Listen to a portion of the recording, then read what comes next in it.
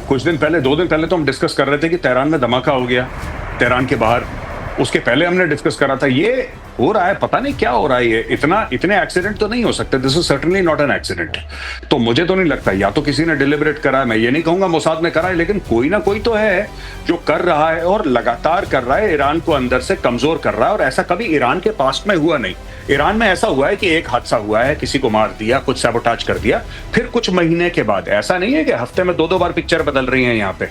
ये तो बड़ी अजीब सी बात है। This is not coincidence. मैं आप पूछ लीजिए जो आपके बाकी एक्सपर्ट्स हैं, दे विल टेल यू ये कोइंसिडेंस नहीं हो सकता। ऐसी बात नहीं है कि, मैं फिर रिपीट कर रहा हूं दिनेश, ऐसी बात नहीं है कि पहली बार ईरान में ऐसा हुआ है, लेकिन इतनी जल्दी ये हैट्रिक टाइप के गिर रहे हैं wicket, this is very surprising. ये बड़ा सरप्राइजिंग है, खासतौर से ईरान में। अगर आप किसी का रीजन डेट्रे पूछें, उसका मूल जिससे जीवन चल रहा हो वो पूछें, तो तेल ही है ईरान को जो चलाता है। तेल के बेसिस पर ही अगर पैसे ना हो तो तेल के बदले वो हथियार ले लेता है या दूसरी चीजें ले लेता है। ऐसे में तेल वाली जगहों पर हमला, मतलब ये कुछ तो मसला गंभीर है पीके श्रीवास्तव सर। बिल्कुल गंभीर है। पिछले 7 दिन में 5 जगह हुआ है। ये अपने आप में कितनी, मतलब इस जो कॉन्फिडेंस कहते हैं ना, we never believe in confidences, this too much of confidence. जो आप कह रहे हैं, या तो मोसाद के ऊपर जो लग रहा है कि मोसाद का कोवर्ट ऑपरेशन है, या फिर वहां की जो डिससैटिस्फाइड पॉपुलेशन है उसका भी हाथ हो सकता है। मुझे वो गाना याद आ रहा है सर, हाँ। जिंदगी इत्तेफाक है। कल भी इत्तेफाक थी, आज भी इत्तेफाक है। और अगली खबर देख लीजिए, नेतन्याहू पर अमेरिका का बहुत बड़ा अटैक। पागलों की तरह हमला कर रहे हैं नेतन्याहू। सीरिया पर हमले को लेकर भड़का अमेरिका। व्हाइट हाउस के एक अधिकारी ने कहा हर जगह बमबारी करते रहते हैं नेतन्याहू। ये एक ही है मेजर गौरव आर्य, मुझको लगता है, जिनको समझने में ट्रंप को भी दिमाग लगाना पड़ता है। हाँ बिल्कुल, उन्होंने जब ये कमेंट मैंने पढ़ा, आई वाज वेरी सरप्राइज्ड कि अमेरिका को क्या हो गया। लेकिन देखिए, एक बार जब जो बाइडेन ने वेपन्स मना करे थे ना 7 अक्टूबर के बाद, उन्होंने बोला था कि हम 2000 या 3000 पाउंड के बॉम्ब्स नहीं देंगे और हम वेपन सप्लाई कट ऑफ कर रहे हैं इजराइल को। तब नेतन्याहू का एक बयान आया था, कहता है कि if we have to fight, we will fight with our finger nails. जो उंगली के नाखून है, हम अपने नाखूनों से लड़ेंगे अगर हमारे पास हथियार नहीं हुए, लेकिन हम लड़ेंगे जरूर। तो ये बात मैंने समझ ली है कि इनको ये टैरिफ, सैंक्शन, इन सब के बाद ये आत्मा से परमात्मा का मिलन हो चुका है। इजराइल इस लेवल पे सोचता ही नहीं भाई। इजराइल जिस लेवल पे सोच रहा है वो ट्रंप के भी परे, और ट्रंप कंफ्यूज्ड है नेतन्याहू को देख के कि इसका कुछ नहीं पता। मुझे तो ऐसा लगता है कि मेरा छोटा बच्चा है ये, और ये मेरा छोटा बच्चा मुझे पछाड़ी करके चाहिए। अच्छा, पूछता भी नहीं अटैक करने से पहले, ये कहता है मीडिया से तो पता लग ही जाएगा, तुम इतने तेज हो सोशल मीडिया में, somebody will tell you, चलो अभी अटैक करते हैं।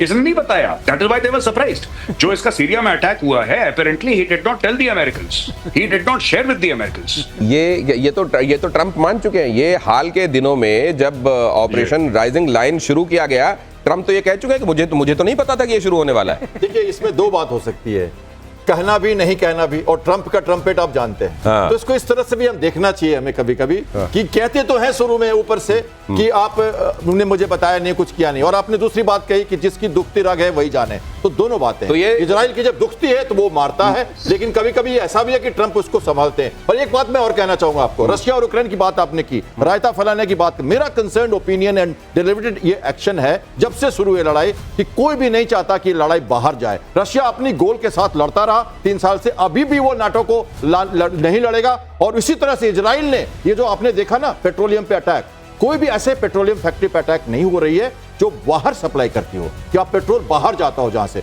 वर्ल्ड को अफेक्ट नहीं करना चाहता, सवाल ये है ना सर, भी नहीं किया था। नहीं, आप ज्यादा कंट्रोल तब कर सकते हैं जब सीमित समय के लिए कोई एक्शन हो रहा हो, तब तक आप कंट्रोल कर सकते हैं। अगर ऐसे 3-3 साल चलने वाले इस तरीके के युद्ध हो जाएंगे तो कितने बार आप कंट्रोल कर पाएंगे? और फिर ऐसे में कहीं पर ये परमाणु तक बात चली जाए या विश्व युद्ध तक चली जाए तो कैसे? अगली खबर बता दूं सर, टाइम कम है। परमाणु वार्ता करने के लिए राजी हुआ ईरान।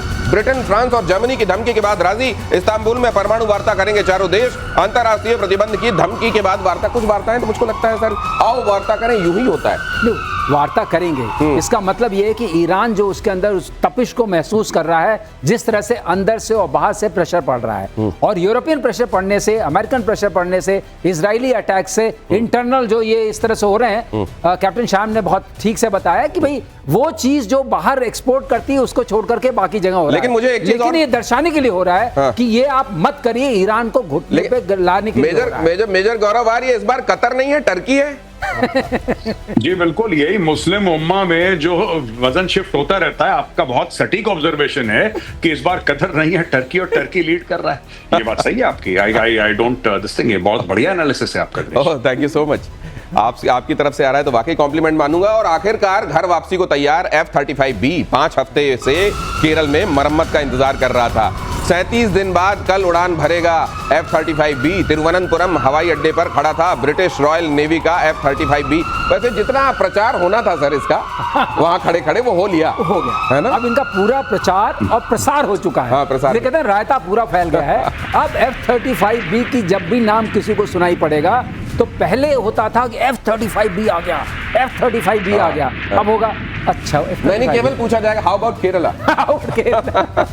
और ये F-35B के लिए ये निश्चित रूप से पहले दिन से कहा जा रहा है। मेजर गौरव आर्य ने कहा कि तमाम तरह की कॉन्स्पिरेसी थ्योरीज फ्लोट कर रही हैं, कौन सी सही है कौन सी नहीं कोई नहीं जानता, लेकिन एक बात निश्चित है कि ये बड़ी नेगेटिव पब्लिसिटी है F-35B के लिए।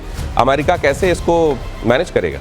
और देखिए, मैंने जैसे आपके सीरियल से भी शो से कहा था कि मैं जैसे एयरक्राफ्ट कैरियर की बात कर रहा था जहां का मैं पायलट हूं, ऐसे सिचुएशन में दो बातें आपने कही कि वो गलती से आ गया, टोह लेने आ गया, किसी तरह से भी आ गया। एक बड़ी डिप्लोमेटिक विन है भारत के लिए। भारत ने बहुत अच्छे संयम से इसको देखा। तो ये भारत के लिए एक बड़ी जीत है कैप्टन श्याम। मैं मानता हूं लंबी बात आपके जैसे लंबे कद के व्यक्ति के साथ मैं लंबी बात करता, लेकिन वक्त इजाजत नहीं दे रहा है। आज के लिए इतना ही। यहाँ पे वॉर नहीं फैला, this is a miracle and it should be like that. जो ये बाकी बात कर रहे हैं ये लोग कि हम ये बम मार देंगे, अगर भगवान ना करे इसका 10% भी हो जाता है, 10% भी हो जाता है, न्यूक्लियर वेपन्स नहीं भी यूज होते, तब भी ये आग इतनी भड़केगी, फिर शायद इसको जिसको कहते हैं कि संभालना बहुत मुश्किल हो जाएगा। दिनेश, बहुत दिनों तक दुनिया जब नॉर्मल रह लेती है तो कुछ दिनों में दुनिया को वो नॉर्मल होना भी खटक जाता है, और उसके बाद वो दौर आता है जब युद्ध होता ही होता है। इसलिए वर्ल्ड वॉर 1 देखा आपने, वर्ल्ड वॉर 2 देखा, क्या बहुत, क्योंकि कोविड के बाद ये समझा जा रहा था कि शायद इंसानियत अपने आप को संभालने में लगेगी,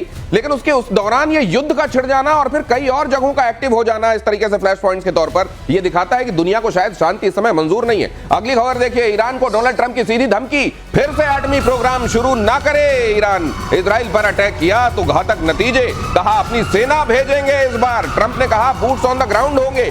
वैसे ट्रंप अगर कह रहे हैं तो आप उसको सुन भी लीजिए और फिर ये भी समझ लीजिए कि शायद ये ना भी हो, क्योंकि you just can not take it with the face value. लेकिन सर ये इस बार क्या गंभीर है?